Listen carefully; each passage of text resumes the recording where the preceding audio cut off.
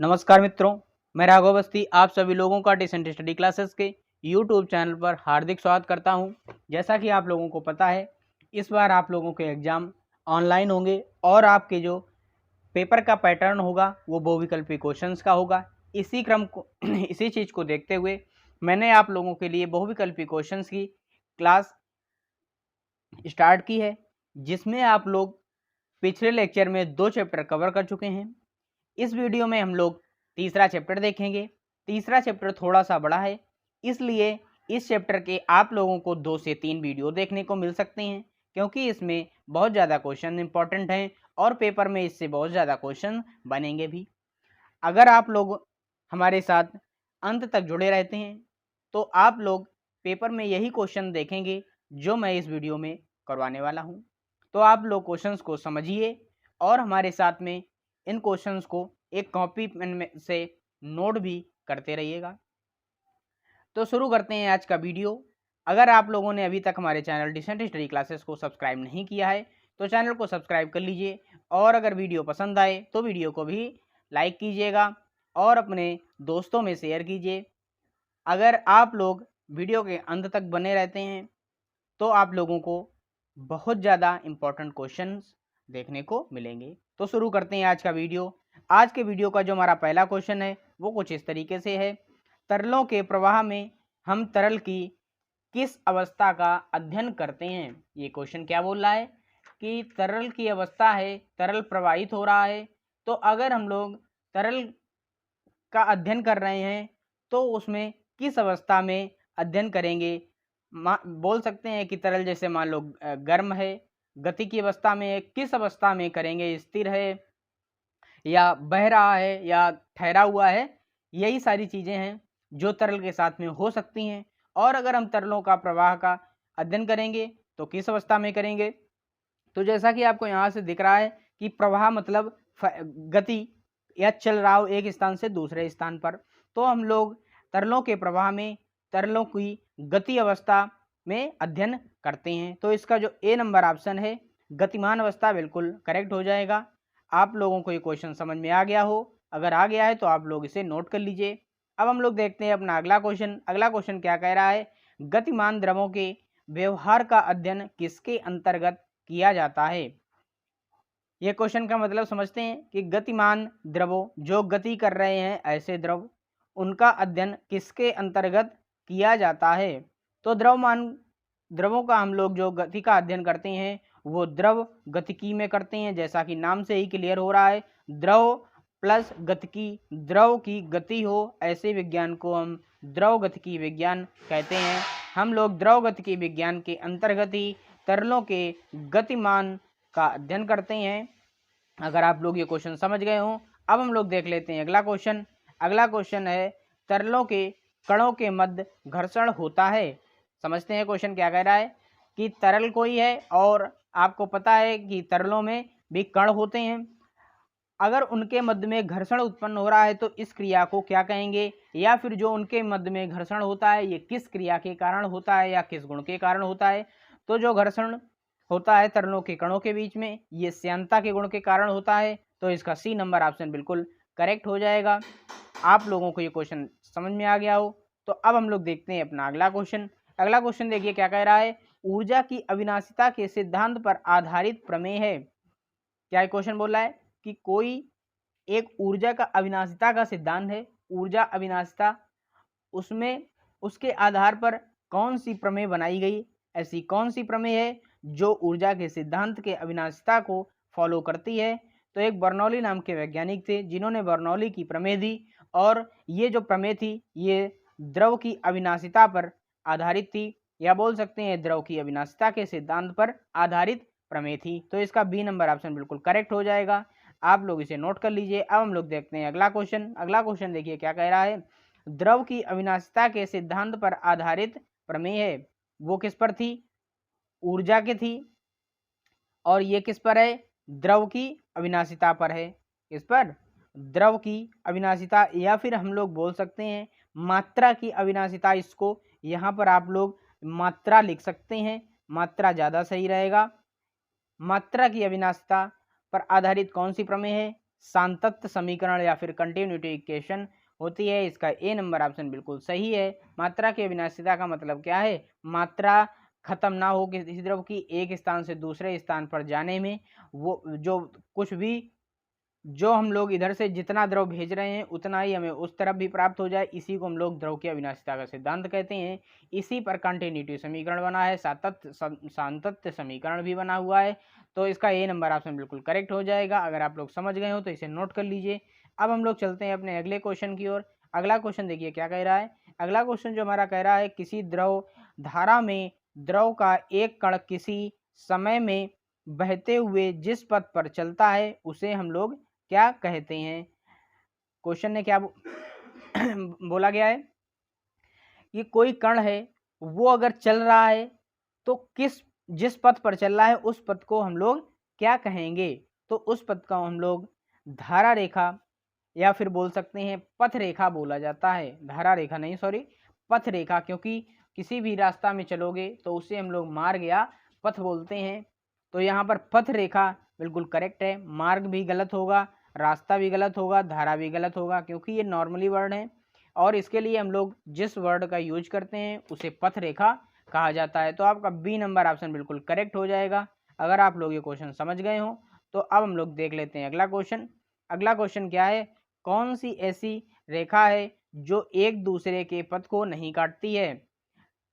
यह क्वेश्चन का मतलब समझते हैं कि कोई ऐसी रेखाएं हैं जो एक दूसरे के पथ को ना काटें, मतलब सीधा सीधा ऐसे निकल जाएं, इस तरीके से कुछ ना जाएं या इस तरीके से ना काटें। तो ये जो पथ बनेगा इस पथ को हम लोग क्या कहेंगे? इस पथ को हम लोग कहते हैं धारा रेखा। धारा रेखा पथ एक ही धारा में बहे, इधर उधर ना जाए। और जो पथ रेखाएं होती हैं ये क्या करती हैं? द्रव में एक दूसरे के रास्ता को काटती हुई चलती हैं या एक दूसरे को ओवरलैप करते हुए चलती हैं। तो इसका बी नंबर ऑप्शन बिल्कुल करेक्ट हो जाएगा। अगर आप लोग इसे समझ गए हो तो इसे नोट कर लीजिए। फिर हम लोग देखते हैं अपना अगला क्वेश्चन। देखिए अगला क्वेश्चन क्या कह रहा है। द्रव की पतली पट्टियों में बहने के आधार पर द्रव को विभाजित किया गया है। क्वेश्चन का मतलब समझते हैं कि जो हमारे द्रव होते हैं उनको हम विभिन्न तरीके से विभाजित करते हैं। जैसे कि पहला है समय के साथ किसी बिंदु पर गुजर रहे द्रव की कणों की गति के आधार पर, दूसरा होता है द्रव की पतली पट्टियों में बहने के आधार पर, और तीसरा जो होता है द्रव में अनुप्रस्थ कांटों के कणों के आधार पर, और जो चौथा पॉइंट होता है प्रवाह के किसी बिंदु पर द्रव कण कोणीय गति के आधार पर, और जो लास्ट और पांचवा है वो है प्रवाह में द्रव के आयतन तथा घनत्व के आधार पर। तो आप लोगों को मैं बता दूं ये जितने भी प्रकार हैं इनके सब टाइप दो दो प्रकार होते हैं, दो प्रकार से इनको विभाजित किया जाता है। तो इसका भी आंसर दो ही करेक्ट हो जाएगा। आप क्वेश्चन का थोड़ा सा और मतलब समझ लेते हैं, फिर हम लोग चलते हैं अगले क्वेश्चन की ओर। इसमें बोल रहा है द्रव की पतली पट्टियों में, द्रव क्या है? परतों के रूप में चलता है, एक परत, दो परत, तीन परत, ठीक है।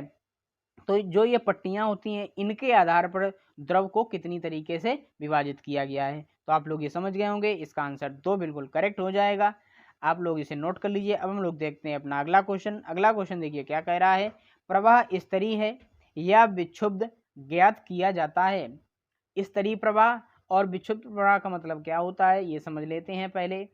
जो आप लोगों के द्रव की पतली पट्टियों के बहने के आधार पर द्रव बांटा जाता है, वो दो प्रकार से बांटा जाता है, स्तरीय और विक्षुब्ध प्रवाह। स्तरीय को हम लोग कहते हैं लैमिनार फ्लो और विक्षुब्ध प्रवाह को कहते हैं टर्बुलेंट फ्लो।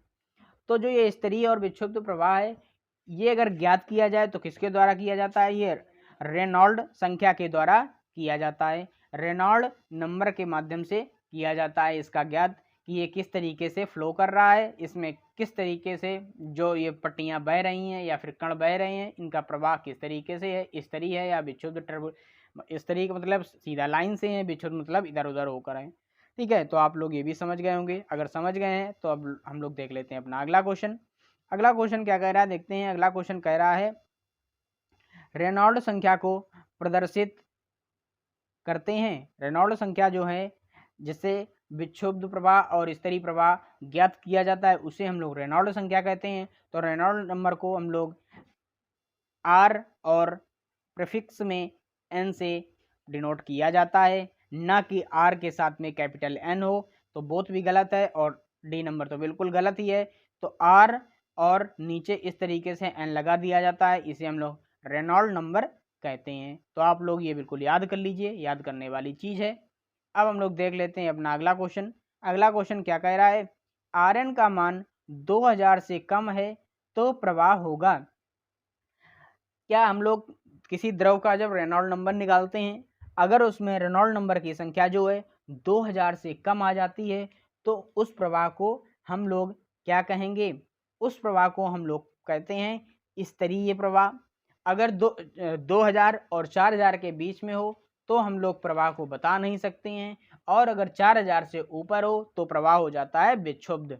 ये 3 क्राइटेरिया होते हैं, इन्हीं क्राइटेरियाज के अनुसार हम लोग स्तरीय और विक्षुब्ध प्रवाह को जानते हैं। तो इसका जो आंसर ए नंबर है बिल्कुल स्तरीय, बिल्कुल करेक्ट हो जाएगा। तो आप लोग इसे नोट कर लीजिए। अब हम लोग देखते हैं अगला क्वेश्चन। देखिए अगला क्वेश्चन जो मैंने अभी बता दिया है एक साथ वही आ गया। आर एन का मान 4000 से अधिक है तो प्रवाह क्या होगा, प्रवाह होता है विक्षुब्ध। मैंने अभी आपको बताया है कि अगर 2000 से कम हो तो प्रवाह होगा स्तरीय, अगर 2000 और 4000 के बीच में हो तो हम लोग कोई क्लियर कह नहीं सकते किस तरीके का प्रवाह है, और अगर 4000 से जो प्रवाह है वो ज़्यादा है, रेनॉल्ड नंबर 4000 से ज़्यादा है, तो वहाँ पर विक्षुब्ध प्रवाह बिल्कुल करेक्ट आंसर हो जाएगा। तो आप लोग इसे नोट कर लीजिए। अब हम लोग देख लेते हैं अपना अगला क्वेश्चन। देखिए अगला क्वेश्चन क्या कह रहा है। अगला क्वेश्चन है आर एन का मान 2000-4000 के बीच में हो, तो मैंने वही बताया कि निश्चित नहीं है। ए नंबर ऑप्शन बिल्कुल इसका करेक्ट हो जाएगा, ये आप लोग जानते हैं। तो हम लोग जल्दी से अगला क्वेश्चन देख लेते हैं। अगला क्वेश्चन कह रहा है प्रवाह में द्रव के आयतन तथा घनत्व के आधार पर प्रवाह होता है। आयतन और घनत्व के आधार पर प्रवाह जो होता है हमारा दो तरीके का होता है, एक होता है संपीड्ड और एक होता है असंपीड्ड। तो ए एंड बी बोथ बिल्कुल करेक्ट हो जाएगा। आयतन के अनुसार मतलब हम लोग जब उसे दबाते हैं तो उसका जो आयतन होता है, और ये हम लोग कैसे दबाते हैं, संपीड़न का गुण लाते हैं, तब ये निर्धारित होता है कि उसका आयतन क्या होगा, उसका घनत्व क्या होगा। तो यही दो तरीके हैं, ए और बी, बिल्कुल ये जो करेक्ट हो जाएंगे। तो आप लोग इन्हें नोट कर लीजिए। तो अब हम लोग देख लेते हैं अगला क्वेश्चन। अगला क्वेश्चन जो हमारा है वो देखिए क्या कह रहा है, प्रवाह की दर, क्या बोल रहा है, प्रवाह की दर या विसर्जन का सूत्र होता है। तो प्रवाह की दर और विसर्जन का जो सूत्र होता है वो होता है v अपॉन टी। क्या होता है, v अपॉन टी, विसर्जन या फिर बोल सकते हैं फ्लो रेट। जिस रेट से हमारा जो द्रव है वो विसर्जित हो रहा है या फिर प्रवाह हो रहा होता है उसे हम लोग विसर्जन की दर कहते हैं। यहाँ पर जो v होता है वो वॉल्यूम या फिर आयतन होता है, और यहाँ पर जो t होता है वो समय होता है। तो आप लोग ए नंबर ऑप्शन बिल्कुल करेक्ट कर लीजिए, इसे नोट कर लीजिए। अब हम लोग चलते हैं अपने अगले क्वेश्चन की ओर। अगला क्वेश्चन देखिए क्या कह रहा है कि विसर्जन की इकाई एमकेएस या एसआई में होती है। तो आप लोगों ने अभी विसर्जन का सूत्र देखा, v अपॉन टी होता है। तो यहाँ पर जो आयतन होता है वो मीटर क्यूब होता है, और जो समय होता है, टाइम होता है, उसे हम लोग सेकंड में लेते हैं। तो मीटर क्यूब अपॉन सेकंड हो जाएगा। तो देखते हैं कौन सा आंसर सही है। इसका जो 4 नंबर ऑप्शन सही है वो बिल्कुल करेक्ट है। आप लोग इसे देख लीजिए, याद कर लीजिए और नोट कर लीजिए। अब हम लोग देखते हैं अपना अगला क्वेश्चन। अगला क्वेश्चन देखिए क्या कह रहा है। अगला क्वेश्चन है मीटर क्यूब अपॉन सेकंड को अन्य किस नाम से जानते हैं। तो आप लोगों को मैं बता दूं, इसे आप लोगों को सीधे याद करना है। मीटर क्यूब अपॉन सेकंड कहीं भी लिखा है तो उसे हम लोग क्यूमेन भी बोल सकते हैं। क्यूमेन, सॉरी क्यूमेस होता है, सॉरी क्यूमेस, यहाँ पर एस बना लीजिए, सा बना लीजिए, क्यूमेस होता है। क्यूमेस से हम लोग मीटर क्यूब अपॉन सेकंड को क्यूमेस भी बोलते हैं। इन दो नामों से इसे जाना जाता है, जो कि विसर्जन का क्या होता है, यूनिट होती है एमकेएस और एसआई में। तो आप लोग इसे समझ गए होंगे। अब हम लोग देख लेते हैं अपना अगला क्वेश्चन। अगला क्वेश्चन देखिए क्या कह रहा है। अगला क्वेश्चन है सांतत्य समीकरण के प्रतिबंध होते हैं। जो हमारा सांतत्य समीकरण होता है, कंटिन्यूटी समीकरण होता है, उसके जो प्रतिबंध है कि उसमें किस तरीके का द्रव होना चाहिए, किस तरीके का द्रव फ्लो होना चाहिए। तो वो जो प्रतिबंध होते हैं वो प्रवाह अपरिवर्तित हो, परिवर्तित ना हो, अपरिवर्ती हो समय समय पर, या फिर दूरी बीतते हुए वो प्रवाह परिवर्तित ना हो, इस तरीके का होना चाहिए, तब हमारा सांतत्य समीकरण काम करेगा।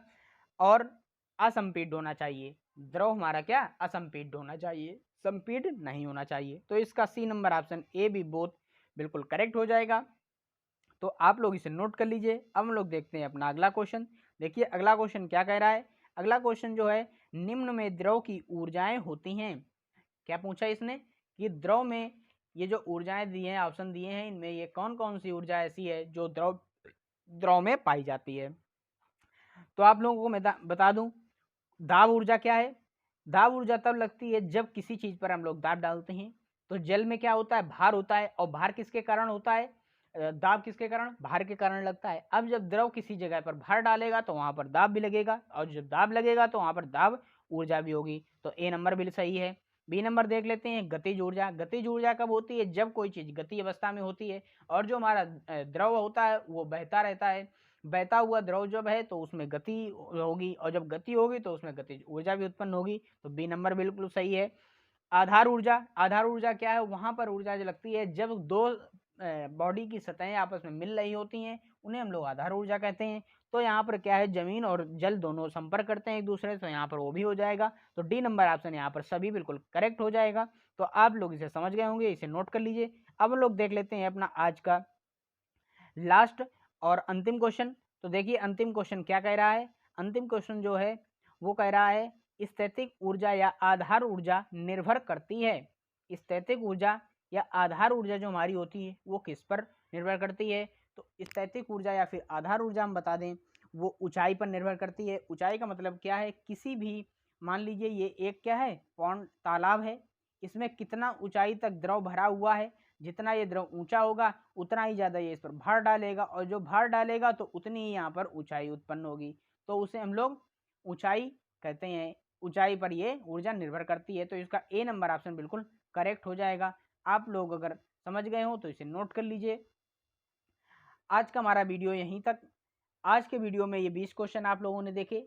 ये जो थर्ड चैप्टर है इसमें और क्वेश्चंस होंगे, क्योंकि ये चैप्टर थोड़ा सा इंपॉर्टेंट है और थोड़ा सा लंबा भी है। इसमें बहुत सारे क्वेश्चन ऐसे हैं जो आप लोगों को पेपर में इसी से लगभग 20% तो इसी चैप्टर से ही देखने को मिलेगा। ये चैप्टर मैंने अभी थ्योरी लेक्चर में नहीं पढ़ाया है। मैं आप लोगों को बहुत ही जल्द 1-2 दिन में इसकी थ्योरी भी प्रोवाइड करवा दूंगा, मेरा वादा है। आप लोगों को 1-2 दिन में इसका वीडियो देखने को मिल जाएगा। अगर आप लोगों को ये वीडियो पसंद आया हो तो वीडियो को कीजिए लाइक। अगर हमारे चैनल पर हो नए तो आप लोग हमारे चैनल को सब्सक्राइब कर लीजिए, और साथ ही में बेल आइकन के आल बटन को भी प्रेस कर लीजिए, क्योंकि आप लोगों को सबसे पहले नोटिफिकेशन मिल जाएंगी। इस समय आप लोगों को सबसे पहले वीडियो मिलना ही बहुत बड़ी बात है, क्योंकि आप लोगों को एग्ज़ाम जो हैं बहुत ही करीब हैं, बहुत ही कम समय है। आप लोग अगर अच्छे से पढ़ेंगे तो मेरे हिसाब से आप लोग एक चैप्टर को एक दिन भी नहीं दे पाएंगे, इतने दिन बचे हुए हैं। आप लोग काउंट भी कर सकते हैं अगर आप लोग माने तो। आप लोगों की जो परीक्षाएं हैं वो बोर्ड के हिसाब से जो भी संभावित तिथि आ रही है वो 25 और 30 जुलाई के बीच में है। तो आप लोग इसे अच्छे से पढ़ते रहिए। मैं आप लोगों को सारा सिलेबस आपके पेपर से लगभग 15 दिन पहले तो मैं हर हाल में ख़त्म ही करवा दूंगा। वैसे तो मेरा ये जो हाइड्रोलिक्स का टारगेट है वो 5 जुलाई तक है। 5 जुलाई तक मैं आपको सारे वीडियोस प्रोवाइड कर दूंगा। इसके बाद में आप लोगों को अन्य क्वेश्चंस की भी क्लास मिलेगी। तो आप लोग देखते रहिए और हमारे चैनल को सब्सक्राइब कर लीजिए। मिलते हैं अगले वीडियो में, तब तक के लिए जय हिंद, वंदे मातरम।